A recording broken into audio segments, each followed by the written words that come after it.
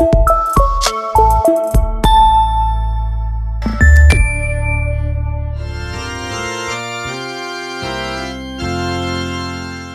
mofinaina isan'andro atolotry ny mpitandrina rakotina valina maoly.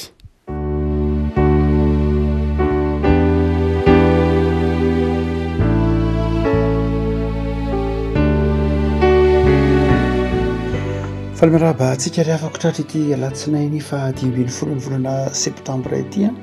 ny mofinaina izay voalahatra ho antsika dia ny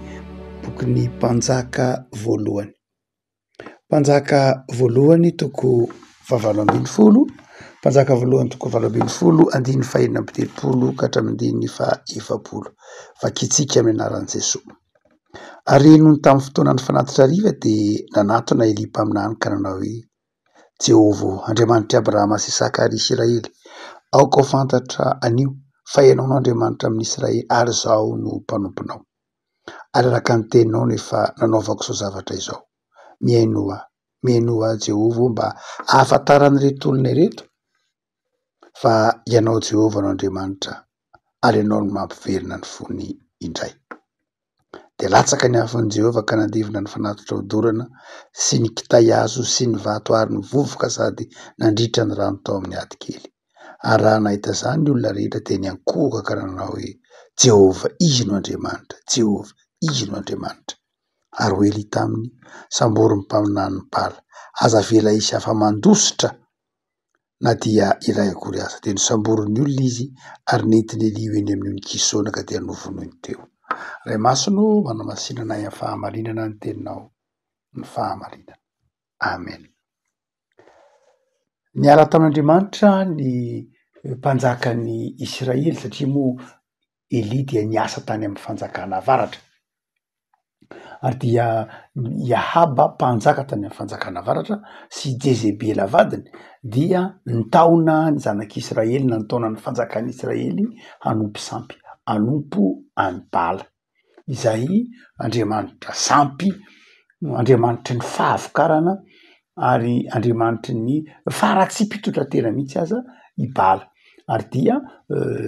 ndran'Andriamanitra kosa Elia handrava izany tempolon-tsampy, handrava izany fivavahana tamin'ny Bala zany tao amin'ny fanjakan'ny Israely na ny fanjakana avaratra. Ary amin'ity toko 7 ity dia nifanandrina,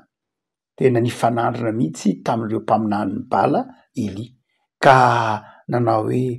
zay Andriamanitra mahavita mandevina ny fanatitra, mandatsaka afo ka mandevina ny fanatitra no Andriamanitra marina. Ary dia izay fifanandrinana izay no asehon'ity tantaran'ny mpanjaka voalohany toko 7 ity. Misy tantara mitovitovy amin'izy ity any amin'ny taona 720 sy 710 izay raha tsorina dia tahaky ny mampiady Andriamanitra zay no azo ilazana azy. Tany amin'ny taona 720 dia nisy fifohazam-panahy lehibe tamin'ny faritra Ambohimanarina izay tsaron'ny mpaitantara rehetra ary tsaron'ireo izay ataontsika hoe ao anatin'ny tantaran'ny fiangonana. Isaky ny 7, 8, 9 septambra voatsy ela akory ray no nankalaza an'izay ny fiangonana tena tampony Ambohimanarina sy ny fiangonana Vatotsara Atsirabe zany dia mankalaza ny vanim-potoana maniko an'io isa-taona ny 7, 8, 9 septambra. Nisy fiangonana 3 trano amin'ny tampony Ambohimanarina izay miaraka tamin'ny fiangonana Vatotsara, fiangonana Nosivavaka, fiangonana Betafara, ny fiangonana Nosoa. Tamin'ny taona 720 sy 710 dia teto anivon'ny firenena dia nisy rivotra nitsoka ataontsika hoe somary hafahafa. Ina le hafahafa? Ny fanjakana Frantsay moa satria tao anatin'ny fanjanahantany sika dia nanaja ny fahafahana amin'ny vavaka malalaka. Nanaja ny fahafahana amin'ny vavaka malalaka ny Frantsay. Na dia maro anisa ary ireo kolona, ireo mpanjanahantany katolika satria Frantsay katolika dia nanome fahavahana be mihitsy ny fahalalahana tamin'ny fivavahana izy. Zareo arisan'izany ny fivavahana tamin'ny sampy. Tsy nandrara mihitsy ny fivavahana tamin'ny sampy ny fanjakana Frantsay. Nanome malalaka ny malagasy hanompo sampy izy. Tsy nisy olana mihitsy zany. Ary misy fotoana aza dia noho ny antony ara-politika dia nanomevahana ny fivavahana tamin'ny sampy sy tamin'ny fivavahana nentim-paharazana mihitsy ny fanjanahantany satria maro tamin'ireo malagasy indrindra ny tany amin'ny morontsiraka no niopana betsaka tamin'ny fivavahana nentim-paharazana fa no heverina ho toy ny fivavahan'ny afovoantany ny fivavahana kristianina ka dia naporosiny frantsay raha tany amin'ny faritra sasany ny fivavahana nentim-paharazana ka indrindra teto Madagasikara mitona 8 nazo somary ny afovoantany dia nisy ny hetsika nataony Jean Ralaimongo izay nitaky ny hetsika nataony nanana gazety zay dia raha tsy diso les opinions ngambany dia resaka momba ny fitoviany malagasy ihany fitakinany zon'ny malagasy tozo amin'ny frantsay nasionany ny citoyen frantsay Ralaimongo dia nisy fihetsiketsehana teto Antananarivo amin'ny taona 8 ka dia izay notoanan'ireo ataotsika hoe ireo olona nahita fianarana notoanan'ireo olona ambony sasatsasa teo Antananarivo ity hetsiky Jean Ralaimongo ity ady atao anatin'izany ataotsika hoe rivotra fitakiana zo zany fitakiany malagasy manao hoe ny malagasy kely tokony ho citoyen frantsay hoy Ralaimongo tao anatin'izany no nipotra ny tantaran'ilay vehivavy antsoina hoe Neny Ravelonjanahary. Neny Ravelonjanahary zay fifoazana tany Imanolotrony ny Andohany tao anatin'ny London Missionary Society natao anatin'ny zanaky ny protestanta LMS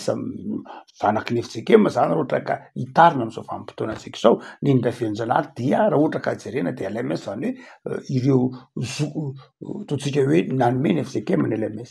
dia i Neny Ravelonjanahary zay tany Manolotrony aty amin'ny ambadiky ny taona 5 sy 700 dia ray aman-dreny be natsain'ny olona satria nanana fiainam-panamilamina tsara na ny missionnaire aza dia nanaja Neny Ravelonjanahary tany am-boalohany missionnaire dia somary nisalasala ny amin'ity vehivavy hoe tsy nahita fianarana vehivavy tsy de hoe namirana tamin'ny hoe fianarana ahoana saingy izao nanana fiainam-panahy zay nahatonga ny missionnaire ny eritreritrany hoe tena zava-dehibe ny asan'ny fanamasina satria ny toriteny Ravelonjanahary Neny Ravelonjanahary zany dia toriteny zay nanaitra ny fon'ny olona tamin'iny faritra Manolotrony zany ny faritra Ambalavao tseny Paris Menatsiny ary dia rehefa nihitatra ity asa Neny Ravelonjanahary ity dia nisy tovolahy anankiray antsoina hoe Baba Rajaofera zay dokotera dia i Baba Rajaofera izay taizan'ny Neny Ravelonjanahary dia taty Vatotsara zany dia aty Atsirabe somary atsimona Atsirabe io ataotsika hoe Baba Rajaofera io zay nanaraka ny fifoazam-panahy Neny Ravelonjanahary dia nanao tafika masina taty Antananarivo zany nanao tafika masina zany ny tobiny Manolotrony tahaka nataony zao tanàna mitsidika tanàna mitsidika fiangonana dia i Baba Rajaofera dia niakatra taty Ambohimanarina tamin'izany fotoana zany na dia nisy fiangonana efa maromaro aza teo tampona Ambohimanarina 8 sy 7 trano 7 trano tamin'izany 8 dia rehefa nanao tafika masina taty tampona Ambohimanarina zany Baba Rajaofera zay fifoazany Manolotrony tamin'izany fotoana zany ary dia nanohitra ny fanompontsampy teo amin'ny tampona Ambohimanarina satria Ambohimanarina na de teo ara ny fivavahana fiangonana de zao mbola be dehibe tao Ambohimanarina ny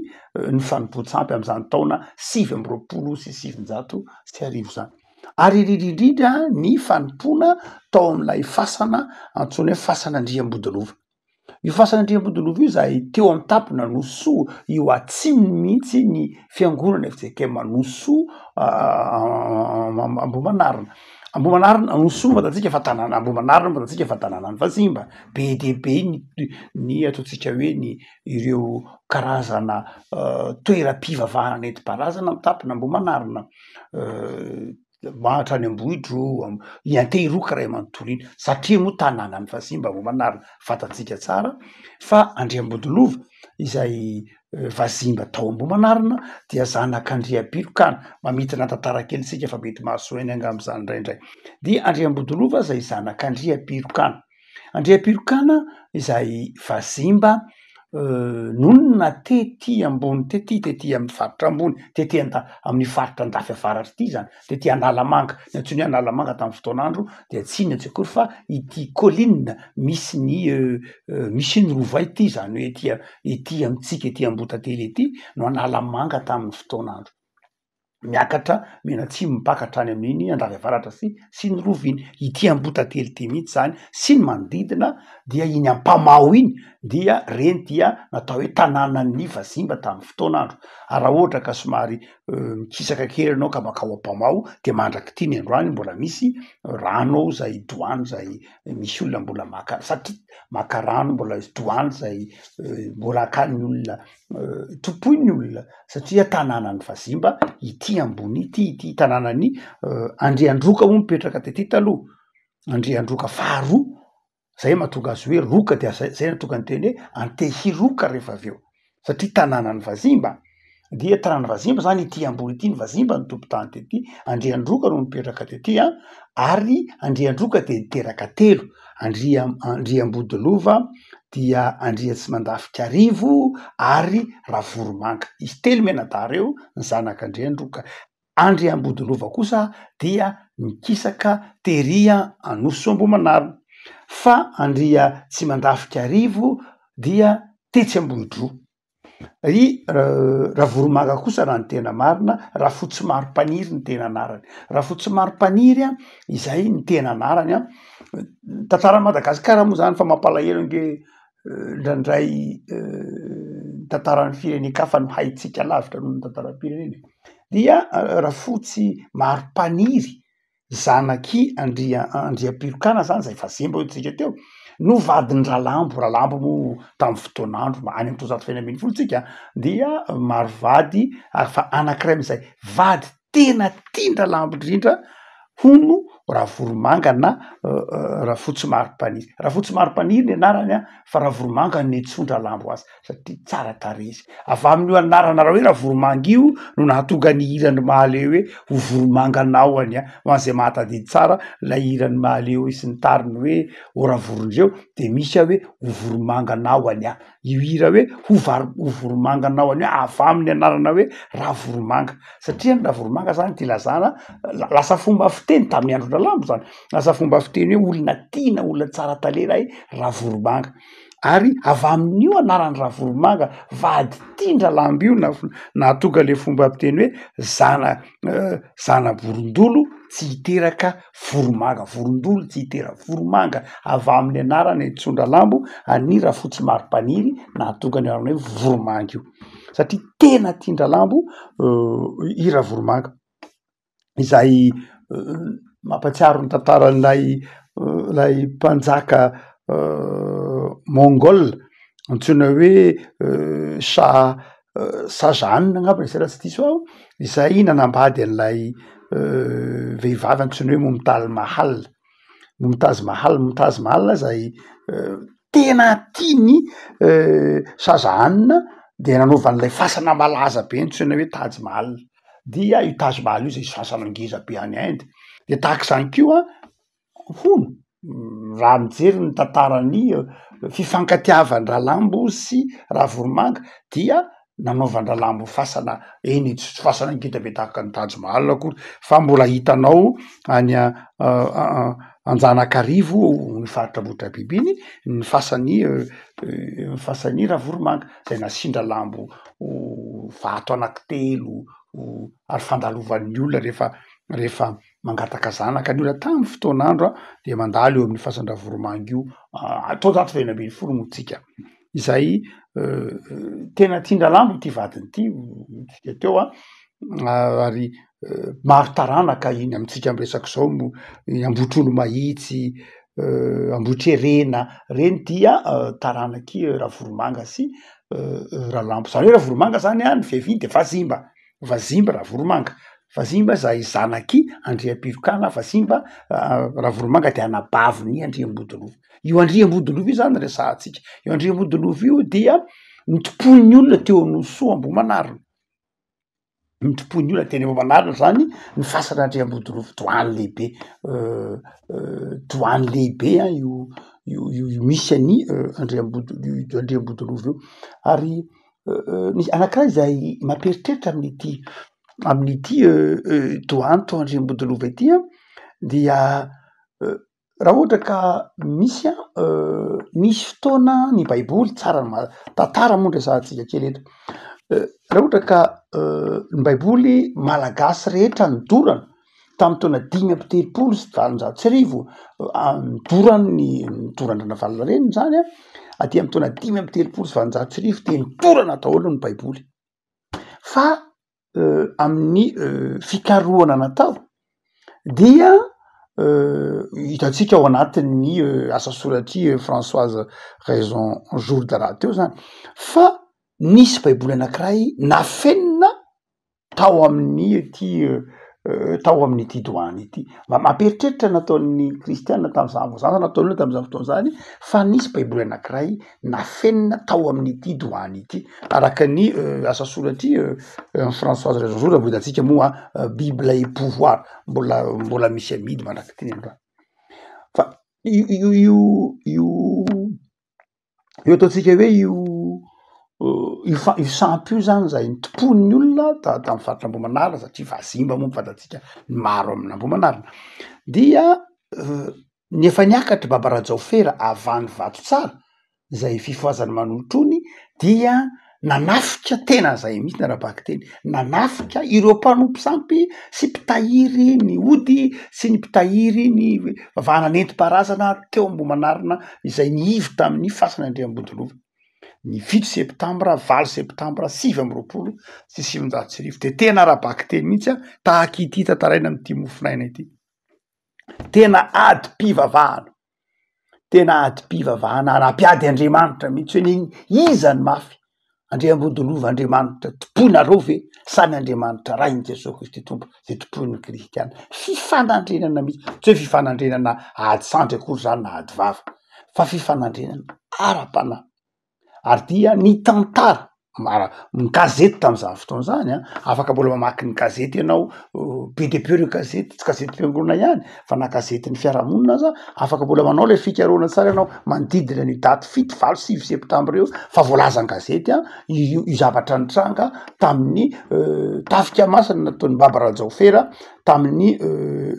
Ambohimanarina sy ny manodidina io. Izay ny afara tamin'ny fandresen'ny fivavahana teo amin'ny tampony Ambohimanarina ka nahatonga an'Ambohimanarina izay mandraky teny androany mahatsiaro an'io daty 7-9 septambra io ho fotoana fivavahana ho fotoana fahatsiarovana ny fandresen'ny filazantsara. Tahak'izay nitranga amin'ity boky ny mpanjaka voalohany 920 ity mihitsy. Ino nefa afaka malala ny votoatiny ity afatra ity raha mamaky zany tantara antsika mahatsiaro fotsiny ihany hoe